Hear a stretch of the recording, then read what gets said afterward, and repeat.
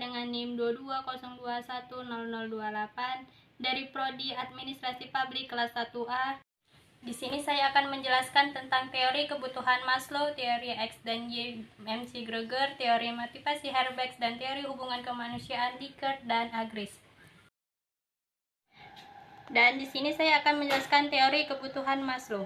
Teori hierarki atau kebutuhan Maslow adalah salah satu teori psikologi yang berguna untuk memicu munculnya motivasi pada seseorang individu dalam memenuhi kebutuhan mereka sehari-hari. Teori hierarki atau kebutuhan Maslow melihat bahwa individu yang bekerja mempunyai tahap kebutuhan dasar yang akan dicapai dalam pekerjaannya. Tahap kebutuhan itu adalah fisiologis, keamanan, kasih sayang, sosial dan afiliasi, serta harga diri dan aktualisasi diri atau perwujudan diri. Dari kebutuhan Maslow terdapat 5 bagian, yaitu yang pertama ialah kebutuhan fisiologis. Kebutuhan fisiologis merupakan tingkat pertama yang paling rendah yang harus dipenuhi dan dipuaskan oleh karyawan sebelum dirinya mencapai kebutuhan pada tingkat yang lebih tinggi. Dan yang kedua ialah kebutuhan keamanan. Kebutuhan keamanan merupakan kebutuhan tingkat kedua yang harus dipenuhi setelah kebutuhan tingkat pertama dipenuhi dan dipuaskan. Dan yang ketiga ialah kebutuhan sosial ya. Kebutuhan sosial dan kasih sayang yaitu kebutuhan untuk berhubungan dengan orang lain, atau pada saat ini individu akan merasa sangat kesepian dan terisolasi dari pergaulan. Dan yang keempat adalah kebutuhan harga diri. Kebutuhan harga diri adalah hak untuk memperoleh dan kewajiban untuk meraih atau mempertahankan pengakuan dari orang lain. Dan yang kelima ialah kebutuhan aktualisasi. Kebutuhan aktualisasi adalah perwujudan diri yang merupakan kebutuhan tingkat kelima yang paling tinggi bagi karyawan yang juga ingin dipenuhi dan dipuaskannya. Oke, yang selanjutnya ialah pengertian teori X dan Y MC Greger. Teori X ini menyatakan bahwa karyawan mereka cenderung pemalas atau kurang motivasi dan ambisi, tidak memiliki tanggung jawab, lebih suka dipimpin, serta tak acuh terhadap organisasi. Sistem pemberian hadiah dan hukuman adalah salah satu cara yang dianggap berhasil untuk menghadapi karyawan dengan sifat tersebut. Maka, gaya pemimpin yang biasanya digunakan dalam teori ini adalah gaya otoriter. Selanjutnya ialah teori Y. Teori ini menyatakan bahwa pada dasarnya karyawan yang bekerja pada suatu perusahaan menyenangi pekerjaannya, termotivasi, kreatif, bangga terhadap hasil kerjanya yang baik, bekerja penuh dengan tanggung jawab dan senang untuk menerima tantangan dengan asumsi dan anggapan demikian. Maka manajemen akan cenderung menggunakan gaya manajemen partisipatif. Oke, selanjutnya ialah teori motivasi Herbex. Menurut Herbex yang dikutip Lutyens, motivasi adalah keinginan untuk melakukan suatu pekerjaan untuk mencapai tujuan. Dalam motivasi ini terdapat 2 faktor, yakni faktor intrinsik dan faktor ekstrinsik. Faktor intrinsik merupakan faktor pendorong seseorang untuk berprestasi yang bersumber dari dalam diri orang.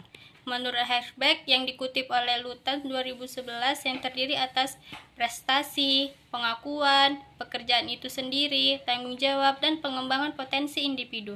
Dan yang kedua ialah faktor intrinsik, merupakan faktor pendorong seseorang untuk berprestasi yang bersumber dari luar diri orang tersebut, terutama dari organisasi tempat dia bekerja.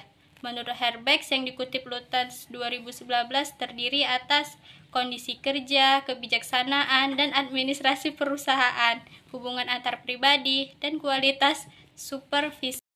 Saya akan menjelaskan tentang teori hubungan kemanusiaan, Agris, dan Likert. Yang pertama saya akan menjelaskan tentang teori Agris.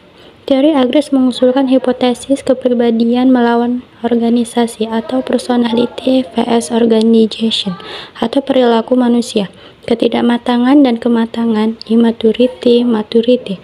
Ia berpendapat bahwa kecenderungan dasar itu terdapat dalam pertumbuhan kesehatan, kepribadian, dan kematangan individu. Ide Agris mengembangkan kontinum dari ketidakmatangan menuju pada kematangan, yang didasarkan pada perubahan sifat manusia dari pasif ke aktif, dari tergantung ke tidak tergantung, dari kurang adanya kesadaran ke kesadaran dan pengendalian diri, dan seterusnya. Tingkat aktualisasi diri seseorang dapat ditentukan melalui penempatan posisinya pada rentangan kontinum immaturity-maturity. Berkenaan dengan pemikiran Agris, ada 4 hal mengenai organisasi formal dalam menangkap ketidakmatangan individu dan menjadi perantara menuju pada aktualisasi diri, yaitu 1. Persyaratan spesialisasi tenaga kerja yang hanya menggunakan sebagian saja dan kemampuan seseorang.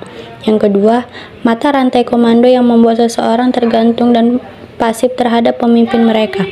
Yang ketiga, prinsip kesatuan perintah atau Unity of Direction Principle, yang berarti bahwa untuk mengarahkan sub-sub tujuan pada tujuan harus diarahkan dan dikendalikan oleh seorang pemimpin.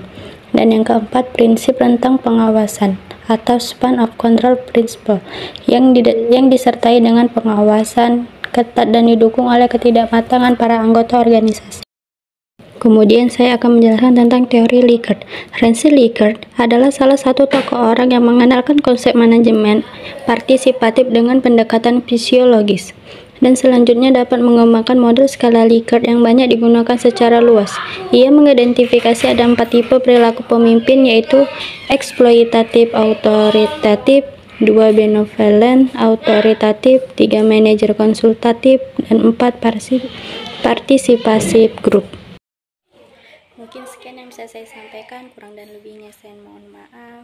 Saya akhiri, wabillahi taufiq wal hidayah. Wassalamualaikum warahmatullahi wabarakatuh. See you next time.